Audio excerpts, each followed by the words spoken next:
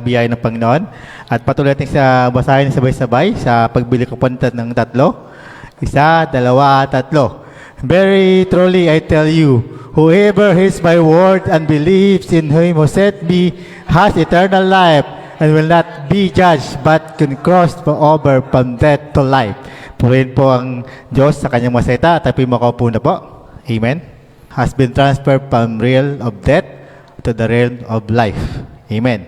Tunay ngayon sa buhay natin, lagi tayo nangangamba kung tayo ba'y nasa kalagayan na ng pagliligtas natin ng Panginoon o sino pa bang hindi nakakatiyak kung siya ba'y ando na sa buhay na walang hanggan. Amen? At nawa sa mixing oras na to, ipagkaloob sa atin ang pangunawa na maunawaan natin ang salita ng Diyos. Amen?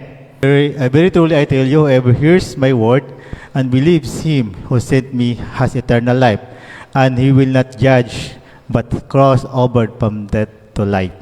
Amen? Sa talatang binasa po natin mula sa sa 24, makita natin ang konektado po ang katuruan nating Panginoon sa muling pagkabuhay. At nandun po yung paghukom, yun po, judge, yun po. Lahat ng ito po yung ang paksa po natin Panginoon ay umiikot po sa verse na to. Amen? At kaya napakahalaga maunawaan po natin, no? Gaano ba kahalaga ang pakikinig sa salita ng Diyos? Amen? Lalo na sa buhay ng isang Kristiyano.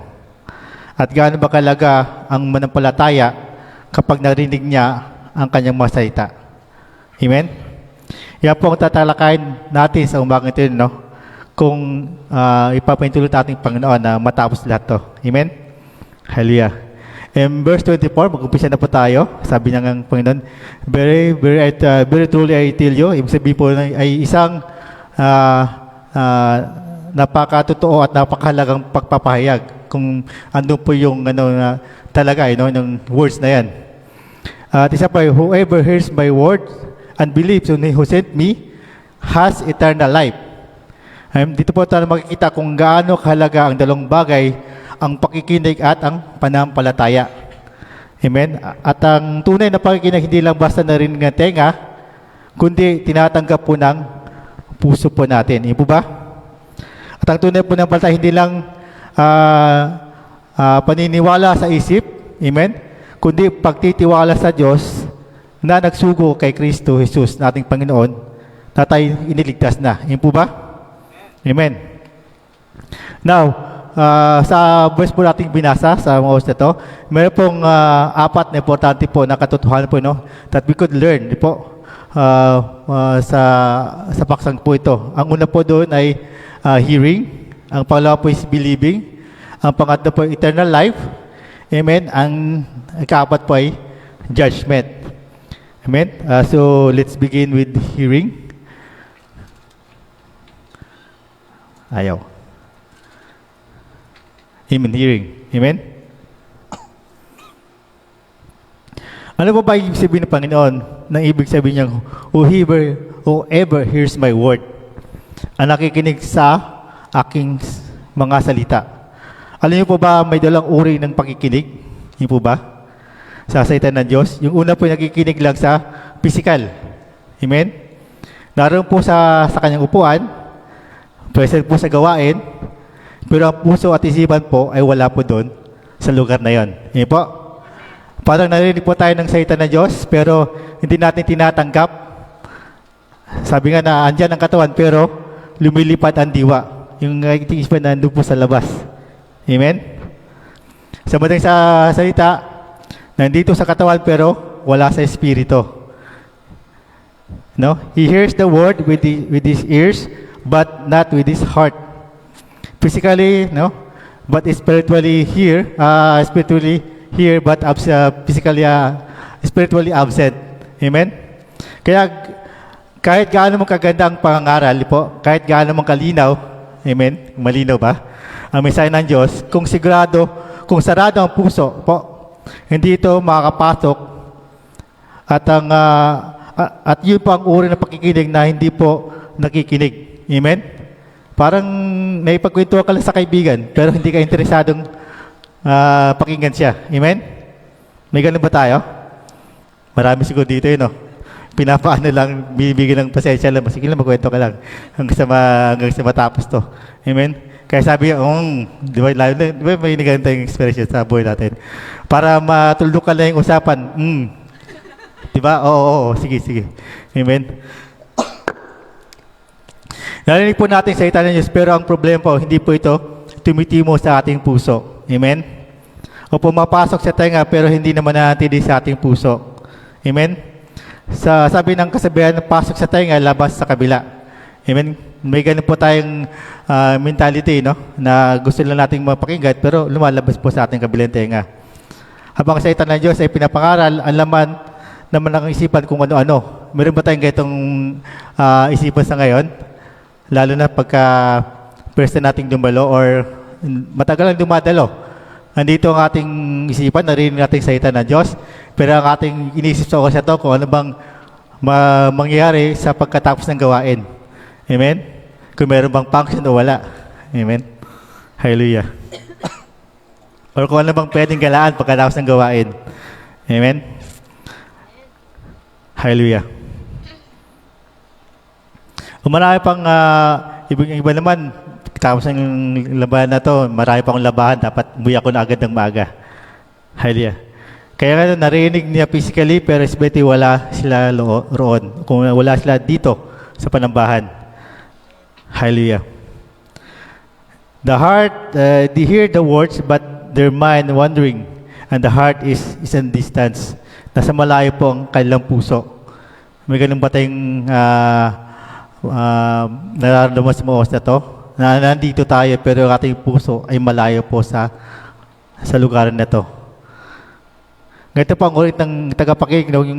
Yung nakakalika ng salita ng Diyos, ngunit hindi tumatagos sa kaluluwa. And there's another group of people, narinig po nilang salita ng Diyos physically, pero may ibang nangyayari sa kanilang kaluluwa. Tuwing napakinggan nito, nagkakaroon po ng init ang kanilang puso. Yan po. Nagkaroon ng uhaw at gutom sa lahat ng kanilang narinig, especially po sa preaching. At lalo na po yung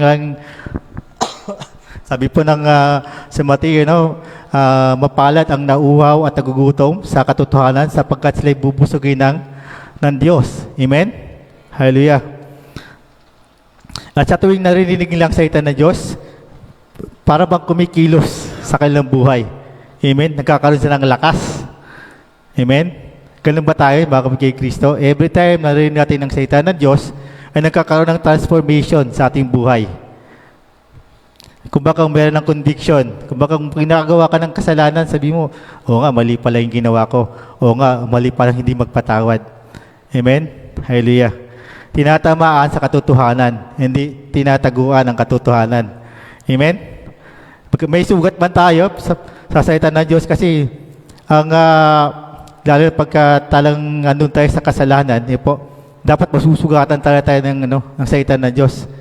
Kasi siya din ang maghihilom sa ating sugat. Amen? Kasi matalim ang salita ng Diyos sa ating lalo sa ating mga Kristiyano. Double edge nga siya, di ba? Sabi ng Bible, tumatagos sa kaluluwa. Pero sa gitna naman ng mga sugat na to, ano yung pagpapala ng ating Panginoon? Ano po yung kalakasan na nire-restore ng ating Panginoon? Yun po ba? Hindi lang binubugbog lang tayo ng Panginoon, pero ano po yung healing na magaganap sa ating buhay? Kung ba ano yung pagpapalaya doon sa kasalanan na mayroon na tayo? At higit sa lahat, may pagbabago sa buhay po ng bawat isa sa atin. Ano ba tayo sa pagbabago na ngayon? Nawa, loobin ng Diyos. Yan po. Hallelujah. Yan po ang tinutukoy natin Panginoon sa kanyang masayita, Whoever hears my word and believes him who sent me has eternal life. Hallelujah. Ito yung pakikinig na may panampalataya. At ito yung pakikinig ng bunga ng pagkilos na nandiyo sa puso ng tao. Hindi lang basta narinig, kundi tinanggap, iningatan at pinaniwalaan. Amen? Halimbawa, kung babasahin po natin ang John 6:45, nakikita po natin doon. Sabi ng propeta, tuturuan sila ng lahat ng salita ng Diyos, kaya ang lahat ng nakikinig sa Ama ay natuto sa Kanya at lumalapit sa akin. Amen? Makita po natin dito ang tunay na pakikinig ay hindi lang basta narinig ng tenga, kundi ay nagpapaturo sa Diyos mismo, pagtuturo ng Diyos mismo sa puso ng tao. Amen? Ang nakikinig at natututo sa Ama ay yung inilapit, ay lumalapit kay Kristo. Ibig sabihin, ang tunay na pakikinig ay bunga ng pagkilos ng Diyos. Yun po ba? Ilutin ko. Ibig sabihin, ang tunay na pakikinig ay bunga ng pagkilos ng Diyos. Amen? Ang Diyos mismo ang nagtuturo, ang Diyos mismo ang nagbubukas ng puso. Kapag narinig ang salita ng Diyos, kapag narinig ng isang tao ang salita ng Diyos, nagkakaroon siya ng pagnanais na lumapit sa ating Panginoon. Amen? Yung pong tutong pakikinig. Napakinggan natin ang salita ng Diyos, nagkaroon ka ng desire sa puso natin, yung pong totoong pakikinig ng salita ng Diyos. Hindi po yung nakapakinggan natin ang salita ng Diyos at baliwala lang. Paglabas natin, kaliwali. Amen?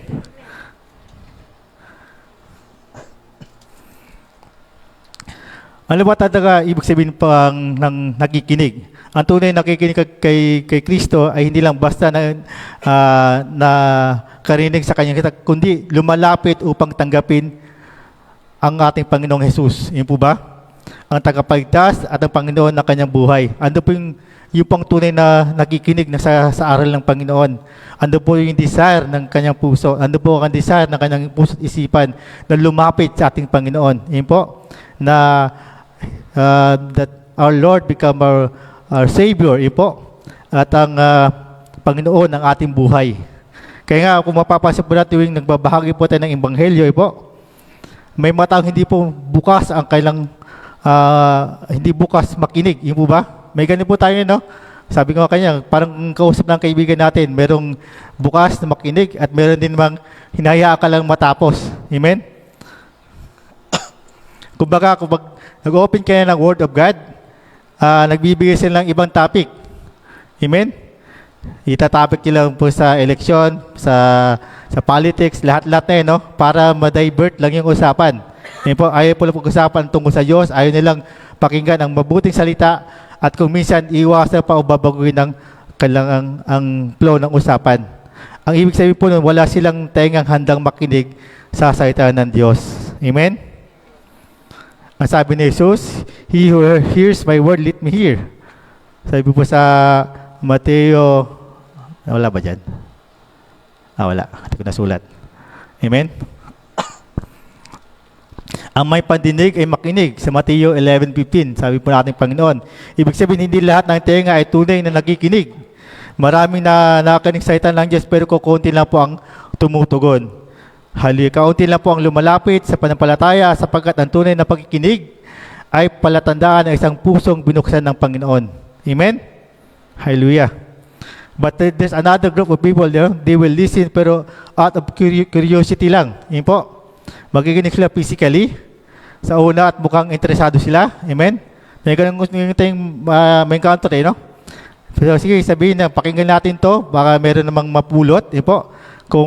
Kung anong ibig sabihin, hayaan kanilang magpaliwanag, hayaan kanilang ibahagi ang Ebanghelyo, pero pagkatapos magpaliwanag, ang maging sagot nila ay ano?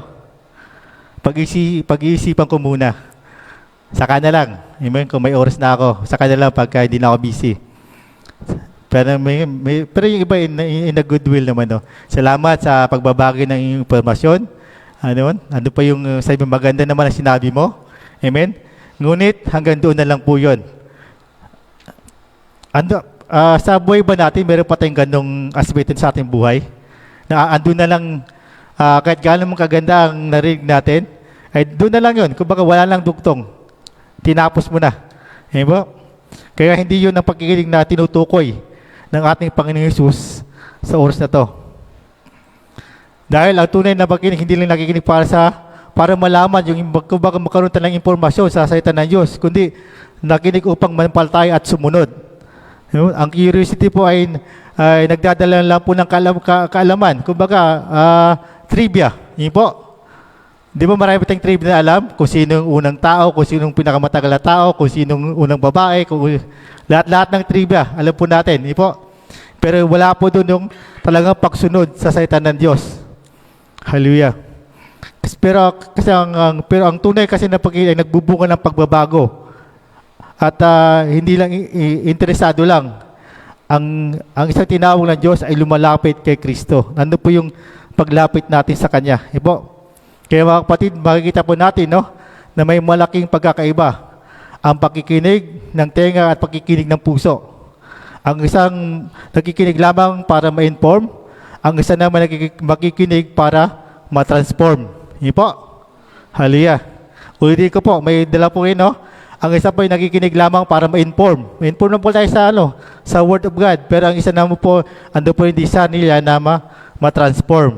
Amen? Kaya nga, mga kapatid, pag mapapansin po natin, lalo na matagal na manampalataya, marami po tayo naging karanasan sa ating mga dating sinasamang simbahan. Hindi po kayo nagtanong ko kasi kayo na kung ito ba first time yung dumalo, or matagal na kayo dumadalo. Marami po tayo nakikita ng mga tao pumapasok po sa simbahan. Sa Pilipinas, linggo, dito po, every Friday, nakikinig sila ng salita ng Diyos, pero paglabas ng pintuan, walang pagbabago sa kanilang buhay. Yun po, same as usual pa rin. Yun po, same kida, same awol. Sabi nga. At bakit po ganun? Yun po, bakit po walang epekto ang salita ng Diyos sa kanila? Bakit nga ba? Ang sagot, mga kapatid, dahil ito po ay hindi ito ang totoong pakikinig po ng salita ng Diyos. Narinig lang salita ng Diyos pero hindi tumitimo sa puso. Narinig lang katotohanan pero hindi nila itinutuon ang kanyang panampalataya. Amen po? Kumbaga, nandun yung resistant ng isang tao na tanggapin yung katotohanan. Amen? At ang posible po rin itong mangyari po sa bawat isa sa atin. Amen? Lalo na pagka nabuboring tayo sa salita ng Diyos, mas gusto pa tayong matulog. Amen? Posible din na dumalo tayo every Friday sa gawain, nakaupo tayo makikinig, pero nakasarado po ang ating puso. Amen? Alam yung parable of the sower, yung ang talinghaga ng tagapagasik. Po, ano po ang tinutukoy po doon, mga mababasa sa Bible, ay ang kondisyon po ng ating puso. Kung ang puso ba natin ay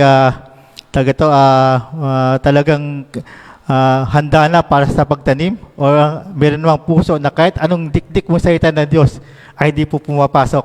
Po, narinig po nilang salita ng Diyos pero hindi po tumutubo. Parang ang puso po ng isang tao ay natulad po sa isang garden, ng halamanan.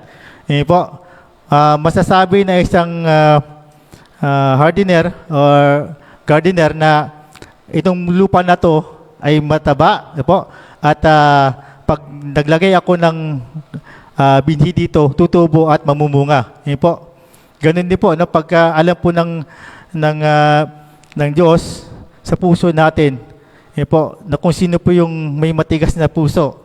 Kaya nga, lagi nating dinadalangin sa Diyos, na without our own, hindi po natin kayang mapakinggan ng salita ng Diyos.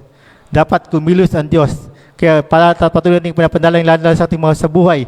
Kahit anong dikdik mo sa salita ng Diyos, kahit anong ihampas mo pa yung kung ano pang para mapakinggan yung salita ng Diyos, pero wala pong pagbabago. Dapat idaan natin sa prayer. Amen? Kasi ang Diyos lang ang talagang nagbibigay ng total transformation sa buhay ng isang tao. Amen? Diba dati ganoon naman tayo? Nung tayo nanliligaw, siguro man, di sa mga lalaki, ewan ko kung sa mga babae, na gusto lang nating dumalo sa gawain kasi andun si ate. Po, kaya ka nagbago, kaya ka naging born again kasi andun yung crush mo. Gusto mo ligawan, nung nabasted, umalis. Amen? May ganun pong paniniwala po na yun, dati po yun ako. Pero hindi na, pero hindi na po ako ngayon. Binago po tayo ng Diyos. Po, purihin ng Diyos. Kaya wag nating gawing batayan ang isang kapatid para magbago. Gawin nating batayan ang pamantayan ng Diyos. Kahit mawala si ate, mawala si kuya, nandun pa rin tayo intact. Yun po. Amen. Hallelujah. Now, on the negative note, meron din po ng hearing na hindi po tama. Isang klaseng napakinig narinig po nila pero hindi naunawaan. Tingnan po natin sa John 8:43. Sabi po doon, why you cannot understand what I'm saying? It's because you cannot even hear me. Amen?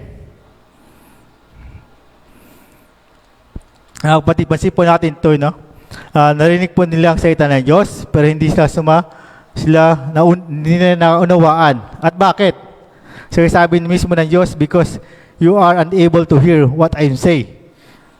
Ibig sabihin, may pandinig sila pero wala silang kakayang makinig sa Espiritu.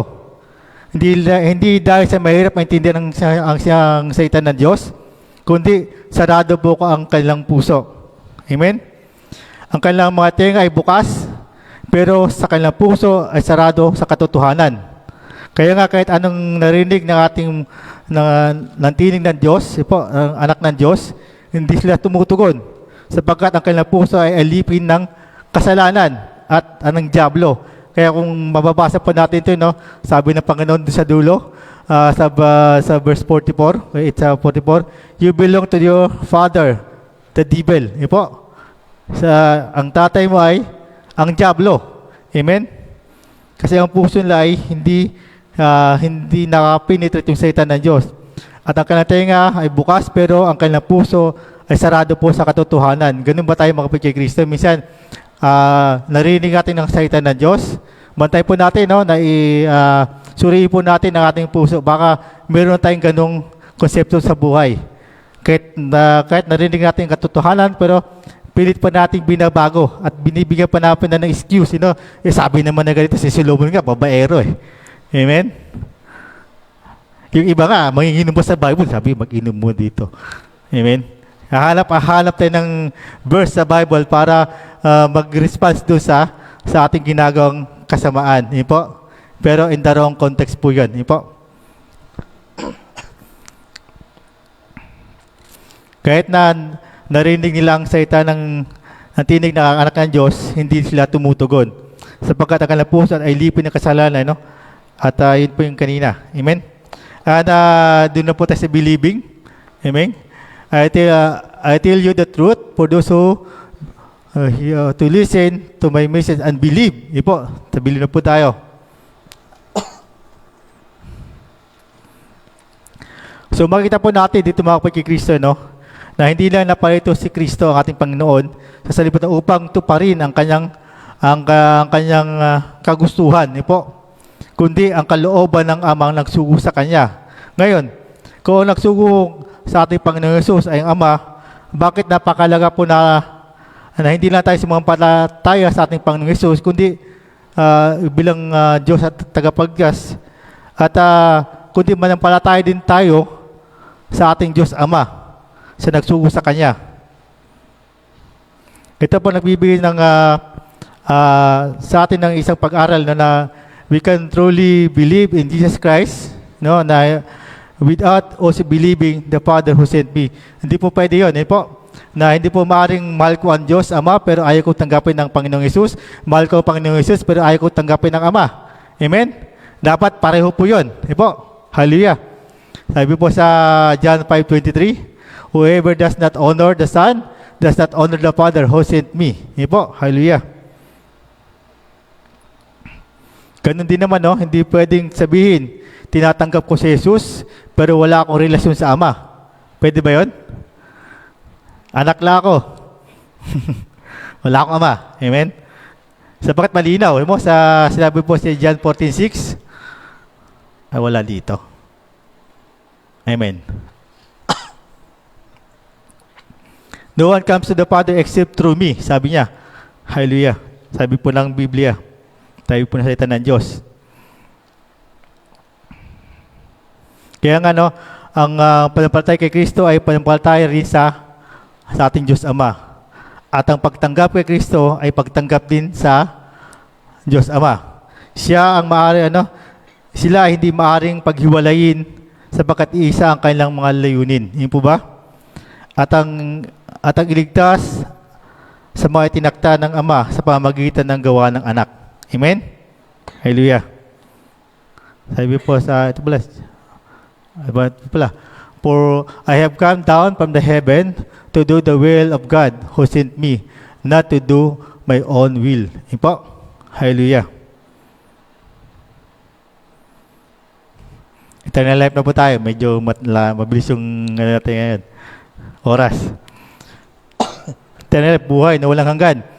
Ang salitang hindi lang dapat natin kalimutan, sa verse na to, na mayroon na siyang buhay na walang hanggan. Mayroon po tayong buhay na walang hanggan.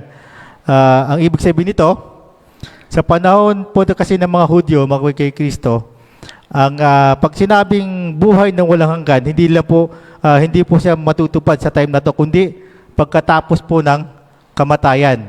Amen? Para po sa kanila, ang eternal life ay makamtan lamang sa hinaharap pagkatapos ng paghukom at muling pagkabuhay. Yun po yung mga Hudyo. Kaya nga, sa kanilang pag-isip, hindi posibleng makamtan ang buhay ng malanggan sa ngayon. Pero binago po na ating Panginoong Hesus ang pananaw na yun, no? Sinabi niya, ang sumampalataya ay mayroon ng, ibig sabihin, ang buhay ng malanggan ay nagsisimula na ngayon sa sino mang sumasampalataya. Amen? Kaya nga, no, sa pag-isip, hindi posibleng makamtan ang buhay na walang hanggan sa ngayon. Pero, halimbawa po, kung atin pong babasahin po ang verse 29, tayo po doon. At sila ay lalabas na sa libingan at gumagawa ng mabuti at ang muling mabubuhay at tatanggap ng buhay ng walang hanggan. Ngunit, ang gumagawa ng masama ay muling mabubuhay at hahatulan. Ito po yung verse na po na kinakapita po ng mga Hudyo. Amen? Dito nakikita natin, no, na ang Panginoong Hesus, ang resurrection to the eternal life, isang pangyayari na magaganap sa hinaharap sa mga huling araw at katapusan ng mundo. Amen? At ito po yung pananaw po ng mga Hudyo po sa time na yon. Pero darating po ang panahon, no? At sa panahon po ng kasalukuyan, matatanggap pala yung buhay ng walang hanggan. Pero pansinin po natin, no, sa John 5:24, anong po sabi doon? I tell you the truth, whoever listen to my message and believe in God who sent me have eternal life. Amen?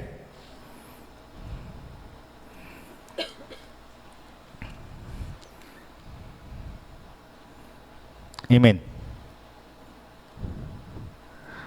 Kaya nga, sandaling na isang tao ay tunay ng palataya, the life of the age comes to come, begins in the present. Kung baka andito na, ang buhay ng walang hanggan ay hindi lang panginaharap. Ito ay dito sa araw na to, sa oras na to, po, kung tinanggap natin ating Panginoon, kung tayo manampalataya sa Kanya. Amen? Sa theology, may pong ganung pag-aaral. They really ready but not yet. Ayan po. Ano ibig sabihin nito? Halimbawa, meron tayong last will and testament sa ating magulang, kung sino mang pinalad na mayroong angkan na mayaman. Ayan po. Ando po yung kasulatan na si ganito ay magmamana ang itong pangalan. At matatanggap lang po ang testamento na to, ang buong kabuuan sa edad na ganito. At kung paano na po yung may-ari po ng kasulatan. Yan po, hallelujah. Na magkaroon po na sila ng legit po. Kumbaga, kung bata ka pa lang, kahit patay na po yung may-ari na yon, ano po yung kasunduan na sa edad na 25, magiging pag may-ari ng malaisdaan. Biging pag-may-ari mo ang kalahati ng kubar. Ganon. Po. Ano po yung inheritance po sa atin. Ganon din po ang kaligtasan. Po. Meron tayong kaligtasan ngayon, pero ang kabuuan po nito ay process po siya. Po, sa darating na pagbabalik natin, nandun po yung kabuuan ng kaligtasan. Yun po ba? Naniwala ba tayo doon? Amen? Hallelujah. Tila po matatanggap ng lubos, no? Sa tamang panahon. Yun po, hallelujah.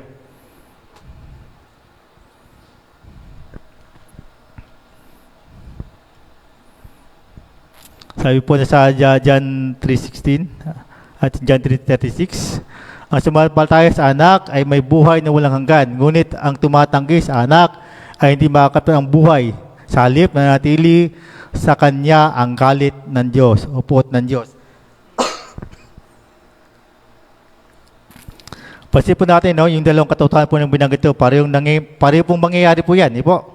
Ang una po ay sumampalataya sa anak ng Diyos ay may buhay na walang hanggan. Ano? Ganun po sa araw to, already in present po yan. Pero, kundi, meron din po isang sinasabi, no? Na ano po yung parusa? Yun po ba? Pangalawa, ngunit ang hindi sumunod sa anak ay manatili sa kanya ang puot ng Diyos. Andito rin po yun sa araw na to. Yun po. Kung sino mang hindi sumampalataya sa Word of God, andun na po yung condemnation. Amen? Sabi nga na iba, sino ka para husgahan ako? Amen? Wala akong karapatang humusga kahit kanino. Pero kung ang Diyos mismo magsasalita, andun na po yung paghukom. Yun po ba?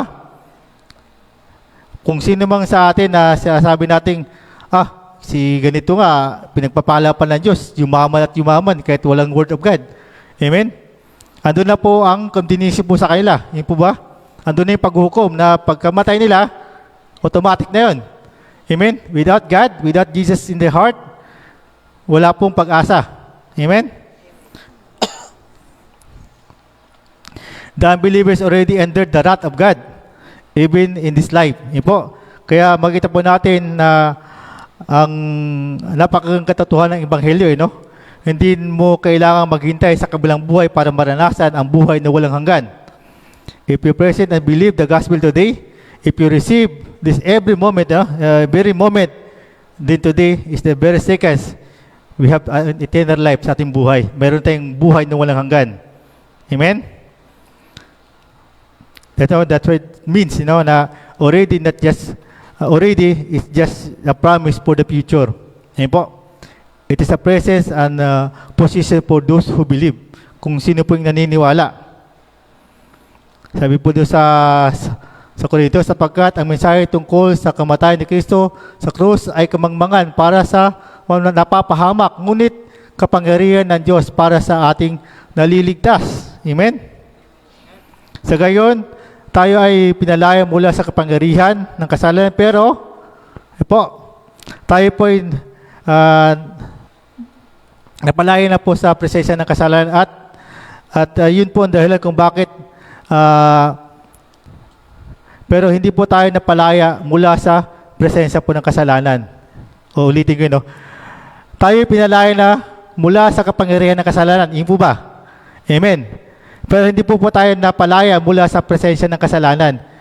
Kasi ito yung dahilan kung bakit kahit ligtas na po tayo, nagkikibaka pa tayo araw-araw sa laman. Yun po ba? Laban na po ng tukso. Laban po sa kasalanan. Meron ba tayong ganon? Meron ba tayong battle pa sa kasalanan o talagang Facebook friend na kayo ng kasalanan? Sadik-sadik. Kaya nga, huwag po tayong panghinaan ng loob kung tayo struggle, kasi struggle ito po yung katibayan na hindi po tayo naliligaw. Yun po ba? Kung struggle po tayo sa kasalanan. It's the proof that we're still alive, alive in Christ but still waiting for the glorious day. Amen? Kung meron pa tayong lumalaban pa tayo sa kasalanan, ibig sabihin, ando pa rin tayo sa presensya ng Panginoon. Amen? Pag hinayaan na natin kasalanan na gumulaw sa ating buhay, ibig sabihin nun, all the way na tayo. Amen? When salvation be complete, when faith has become sight, and we shall be like Him forever. Amen? Ando pa yung muling pagkabuhay. Hallelujah. May oras pa ako? Ano pa yun, no? Bagaman hindi natin na makakita ng kabuuan, no, ng kaligtasan, ibinigay po sa atin po ang banal na Espiritu ng ating Panginoon. At dahil po diyan, meron po tayong tagapagturo. Hindi po ba? Meron tayong tagapagpalakas at tagapagpapaalala sa atin. Kaya nga na pagka po tayo ay Christian na po, totoong Kristiyano, hindi po wala pong dahilan na manatili po tayo sa kasalanan kasi meron tayong banal na Espiritu. Kasi I can do all things through Christ who strengthened me. Hindi po yung sasabi na kaya binigyan ako ng pagsubok kasi kakayanin ko to. Hindi po.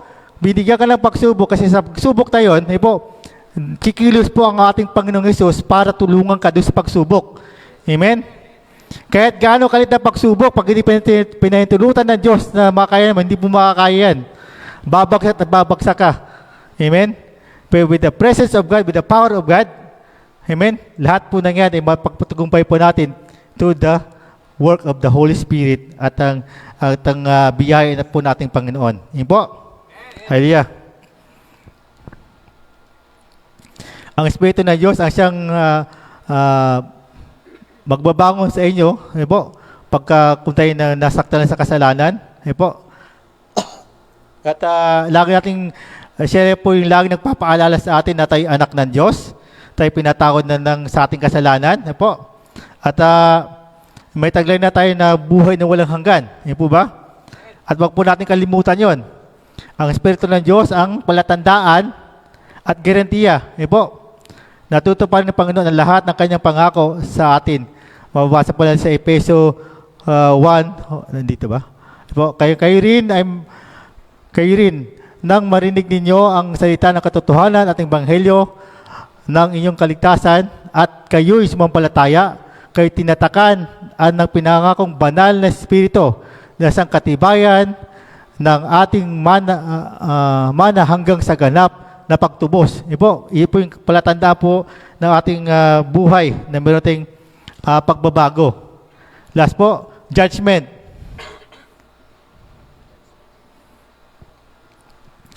They will never be condemned for their sin, but they have already passed from death to life. Amen? If you are in Christ, you will not be condemned. Hindi po ba? Wala na pong kahatulan. Right now, as you stand forgiven, accepted, and justified before God. Pero may sinasabi din Bible na may darating sa mga darating na araw, ang paghatol, sabi po ni Pablo, sapagkat tayong lahat ay harap sa hukuman ni Kristo upang tumanggap ng kabayaran sa mga bagay na ginawa natin, mabuti man o masama. Ano ibig sabihin nito? So ano ba talaga ito? Wala na bang condemnation? O meron pa? Hatulan po tayo mga kay Kristo, no? Pareho tayong, wala na tayong condemnation, pero hatulan pa tayo. Malabuha tayo, no? Amen? Hallelujah. Yes. Judgment to kami, no? For the believer, it's not a judgment for condemnation, but pero yung, hindi po yung condemnation po ang sa mga believer, kundi gantimpala. Amen? Hallelujah. Parang sasabihin ng Pastor Kim Incabo, ito yung kasalanan mo, pero nakikita mo yung isang tao nakatayo, di ba? Sabi niya ng Panginoon, hindi, anak ko to. Amen? Kung gano'ng kalaking kasalanan nito, pinatawag ko to. Amen? Hallelujah. Ano po yung pagsama nating Panginoon sa ating buhay? Hindi po ba? That's the great privilege po sa ating buhay, no? Although na makasalanan tayo, hindi po, pero pag nagsisi tayo at tinanggap ating Panginoon, amen? At manumbalik tayo sa Kanya, wala na pong kahatulan sa atin. Amen? Hallelujah. It means that you are free from condemnation, but it not mean you are free from accountability. Hindi po. Kung may ginawa tayo ngayon, kung mababasa po na sa Bible, pinagdusahan din po nila po yung lahat po ng ginawa po ng kasamaan. Yun po ba? Si David, sino po ba? Lahat po ng nagkamali. Si Samson, si Abraham. Lahat po yun. Si Israel, ganun din. Amen?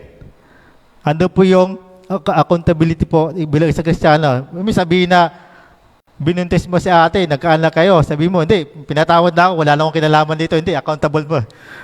Accountable ka pa rin doon. Hindi po? Amen? Hallelujah.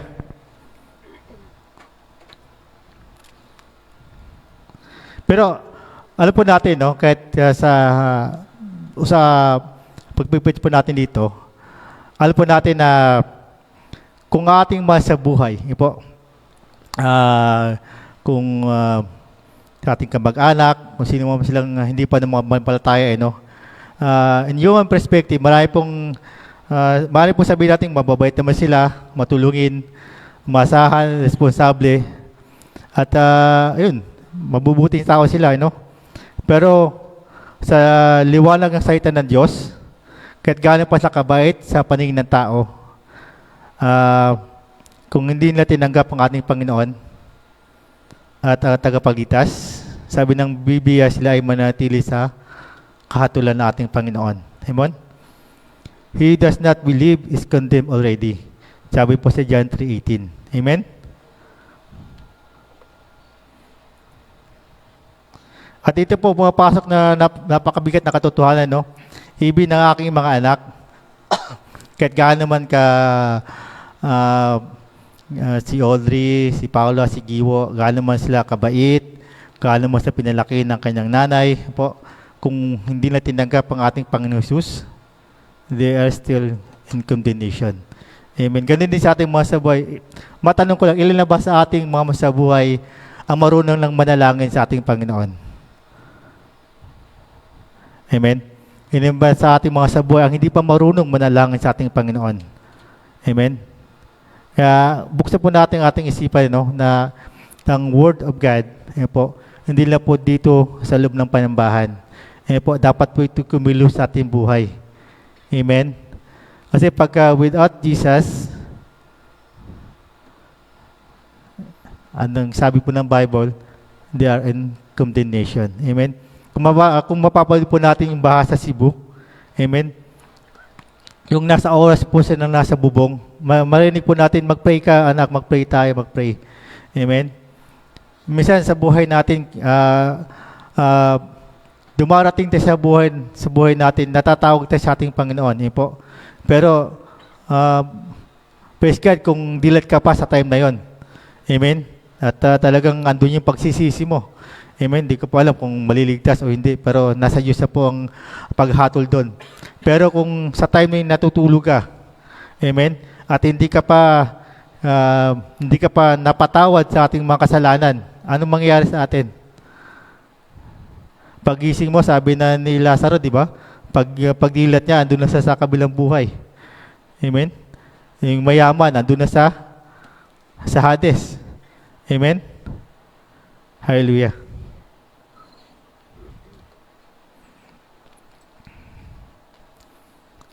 Sabihin mong, mabait naman ang aking anak, mabait naman ang aking magulang. Sabi ng Panginoon ng Biblia, no one is righteous, only God. Amen. Walang ibang mabait kundi ating Panginoong Jesus. Sige, consider natin na mabait ang ating mga anak, mabait ating magulang, mabait ating kapatid. Sinusunod ba nila ang kautusan ng Diyos 100%? Hindi, di ba? Sa ating commandments pa lang, pag nagkamali ka na isa, sabi ng Bible, nagkamali sa isa, wala lang sa isa yung ang 10 magkamali ka lang sa isa. Amen.